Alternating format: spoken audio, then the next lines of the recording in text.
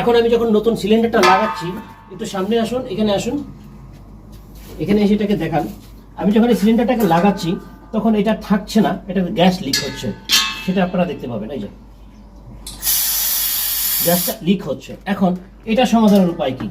আসুন আপনাদেরকে একটু কাছ থেকে দেখাই। এটি শেষ হয়ে যাওয়া সিলিন্ডার। এটার মধ্যে দেখুন এই যে কালো রাবারের মতো দেখতে পাচ্ছেন আপনারা,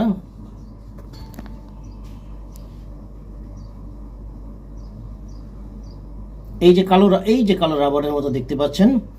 আসলে আলোর জন্য আমরা দেখাতে পারছি না, এই কালো রাবারের মতো দেখা যাচ্ছে। এটা হচ্ছে একটা ওয়াশার, এইটা এখানে নাই, যেটাতে যে নতুন সিলিন্ডার যেটি রয়েছে এটিতে এখানে এটা নাই। দেখুন এখানে কোনো কালো। আমরা এখন এটাকে খুলে ফেলবো, কিভাবে খুলবো সেটা আপনারা দেখুন। আমি এখানে যেহেতু অন্ধকার একটু, সেখানে টর্চ মেরে এরকম একটা স্ক্রুড্রাইভার নিয়ে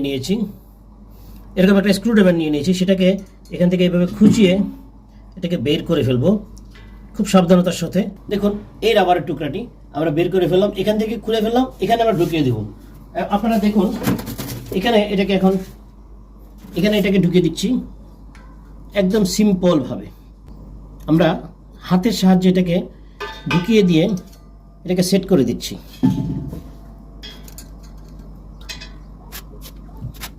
এটাকে ঠিক এভাবে চাপিয়ে এটার ভিতরে এভাবে ঢুকিয়ে দিব, ঢুকিয়ে দিয়ে এটাকে বসিয়ে দিলাম, বসিয়ে দিয়ে এটাকে এভাবে সেট করে দেব।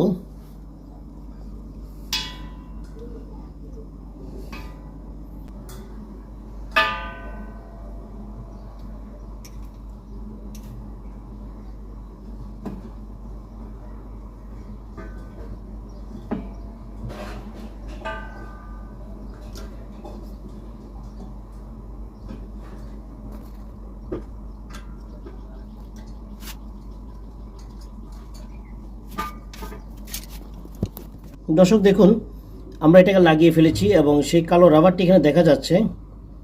আসলে আলোক স্বল্পতার কারণে আসলে আমরা আলোর জন্য সুন্দর করে এটা দেখাতে পারছি না, তো আপনারা আশা করি ব্যাপারটি বুঝতে পেরেছেন।